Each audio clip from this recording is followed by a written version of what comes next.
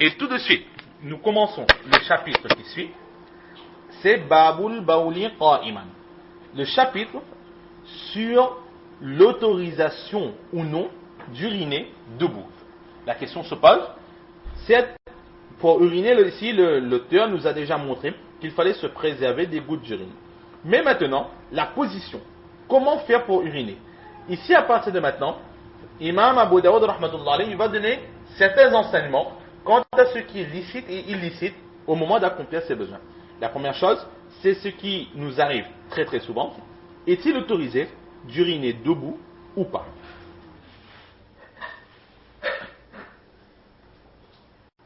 Alors, tout d'abord, l'une des raisons. Donc là, nous avons déjà vu que Imam Abu Dawud rahmatullah alayhi, il va nous donner cet enseignement de ce qui est autorisé ou pas. Mais aussi, Imam Abu Dawud rahmatullah alayhi, il a pour enseignement l'enseignement de Imam Ahmad ibn Hanbal rahmatullah alayhi. C'est ce qu'on appelle un Hanbali. Donc, lorsqu'il écrit son livre, certes, il écrit pour tous les musulmans, mais il va toujours mettre en avant, en première ligne, l'enseignement de son imam, qui est Imam Ahmad ibn Hanbal rahmatullah alayhi. Et nous verrons très bientôt dans ce chapitre, nous verrons que Imam Ahmad ibn Hanbal rahmatullah alayhi, contrairement à d'autres savants, sous certaines conditions, il donne l'autorisation d'uriner debout. C'est pour cela qu'Imam Abu Dawud rahmatullah alayhi, il met ce chapitre, l'autorisation d'uriner debout, dans lequel il va mettre un hadith où nous voyons que le prophète sallallahu alayhi wa sallam, il a uriné debout. Tout simplement pour mettre en avant son enseignement, que dans son enseignement à lui, sous certaines conditions, il est autorisé d'uriner debout. C'est pour cela que ce chapitre a été mis ici en évidence par Imam Abu Dawud rahmatullah alayhi. Donc nous voyons immédiatement justement cette divergence. Est-ce qu'il est autorisé d'uriner debout ou pas? Alors nous avons tout d'abord notre imam, Imam Abu Hanifa rahmatullah alayhi et Imam Shafi'i rahmatullah alayhi. Donc toutes les personnes qui sont Hanafi et Shafi'i, ils ont comme enseignement qu'il est makruh d'uriner debout. Makruh tanzihi. C'est-à-dire que ce n'est pas haram, mais c'est quelque chose qui est déconseillé, c'est un manque de respect, c'est makruh tanzihi, d'uriner debout, selon l'enseignement de Imam Abu Hanifa rahmatullah alayhi et Imam Shafi'i rahmatullah alayhi. Imam Malik et Imam Ahmad ibn Hanbal alayhim rahma, ils donnent l'autorisation d'uriner debout sous deux conditions. La première condition, c'est que nous avons cette certitude que les gouttes d'urine ne nous souilleront pas. Si nous avons cette certitude de rester pur, de ne pas être souillé par les gouttes d'urine, et si nous avons cette certitude qu'en urinant debout, notre satar ne sera pas découvert. C'est-à-dire que les personnes étrangères ne nous verront pas. Nous restons toujours à l'abri du regard des autres et nous avons cette certitude que nous ne serons pas souillés par les gouttes d'urine. Dans ce cas, il donne l'autorisation d'uriner debout, sans quoi il ne donne pas cette autorisation. Un autre enseignement de l'imam Ahmad ibn Hanbal alayhi rahma, qui dit que certes il est autorisé, mais c'est contraire au mustahab, c'est un manque de respect. Donc il retourne un peu dans ce second enseignement, il retourne un peu vers l'enseignement de l'imam Abu Hanifa et l'imam Shafi'i alayhim rahma. Cependant, il y a d'autres personnes, en l'occurrence certains tabi'in, qui eux se basent uniquement sur ce hadith et ils ont donné l'autorisation, une autorisation totale d'uriner debout. Donc voilà à peu près les divergences qu'il y a. Nous rappelons que pour Imam Abu Hanifa et Imam Shafi'i rahmatullah alayhi, il est makruh tanzihi d'uriner debout. Nous voyons immédiatement le hadith.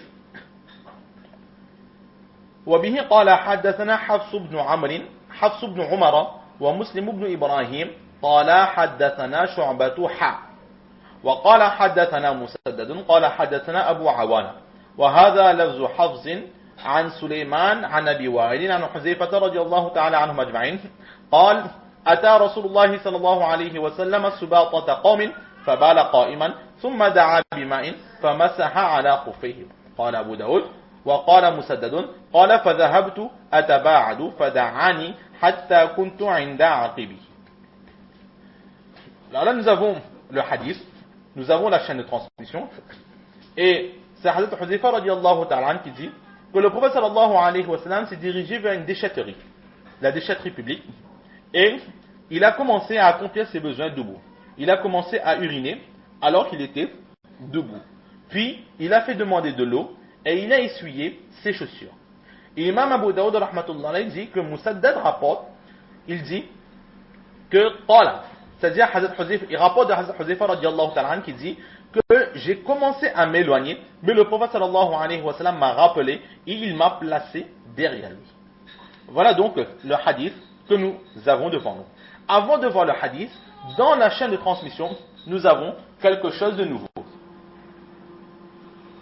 Vous voyez à côté du nom Shu'ba, vous avez Haddathana Hafs ibn Umara wa Muslim ibn Ibrahim, qala Haddathana Shu'batu. Ensuite, il y a un H qui est écrit. Ce n'est pas une erreur d'écriture, mais ce H a une explication. C'est ce que nous allons tout d'abord essayer de comprendre. Qu'est-ce que ce H?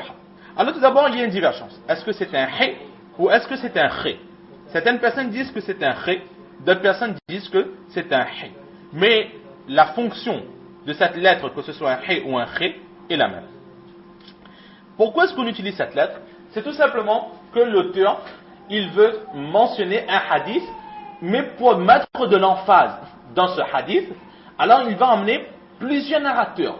Ici, nous voyons que Imam Abu Hanifa et Imam Shafi'i, ils sont contre le fait de donner l'autorisation d'uriner debout. Et Imam Ahmad ibn Hanbali, il a donné cette autorisation. Et Imam Abu Daoud, rahmatullah alayh, il est sur cet avis qu'il est autorisé d'uriner debout. Maintenant, il veut montrer que son hadith qu'il va mettre en avant, c'est un hadith qui est fort. Alors il va emmener plusieurs narrateurs. Et nous avons en effet ici plusieurs narrateurs, il va nous amener, en l'occurrence 3 narrateurs, mais ce qu'il y a dans ces narrations, c'est que le début des chaînes de transmission sont différentes, mais à la fin, c'est la même chaîne de transmission qui va continuer. C'est-à-dire que les 2, 3 ou 4 premiers noms seront différents, mais à un moment donné, les 2 narrations qu'il va nous montrer, ou les 3 narrations qu'il va nous montrer, contiendront les mêmes noms. Alors au lieu d'écrire en 3 fois des chaînes de narration, tout en sachant qu'à un moment donné, il devrait écrire les mêmes choses, alors à ce moment, on emploie le mot « he ». Exactement comme par exemple en français. En français, si nous avons besoin d'écrire des phrases, et le début varie, mais à un moment donné, ce sont les mêmes mots qui suivent, alors qu'est-ce qu'on fait dans notre cahier? Ou bien on va mettre comme des petits guillemets sous les mots qui sont les mêmes, ou alors, là où il n'y a plus de différence, on va mettre un grand trait pour montrer que c'est exactement la même chose qui est écrit en haut.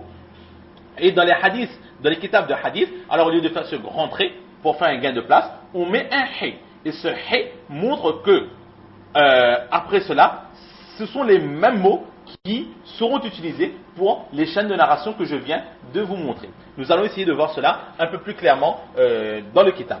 Alors tout d'abord, il faut comprendre. Le hay, qu'est-ce que ça veut dire? Le hay, ça veut dire, selon certaines personnes, il a un khélis sanad, qui veut dire que jusqu'à la fin de cette chaîne de transmission, il y aura à présent les mêmes noms, ou wabi sanadin akhar, que selon une autre chaîne de narration où les premiers noms varient, alors il est rapporté ceci ou cela. D'autres personnes disent que c'est un hay qui est employé, qui veut dire ou bien al-hadith, c'est-à-dire que le hadith continue avec les mêmes mots, ou encore les mots qui sont les plus utilisés, c'est al-ha'il ou at-tahwil. Al-ha'il ou bien at-tahwil qui veut dire bifurcation ou bien changement. C'est-à-dire que là, c'était certains noms qui étaient utilisés, maintenant on bifurque ou on attaque directement une autre chaîne de narration. Et lorsque cette chaîne de narration se termine, à un moment donné, il y aura les mêmes noms qui vont se suivre.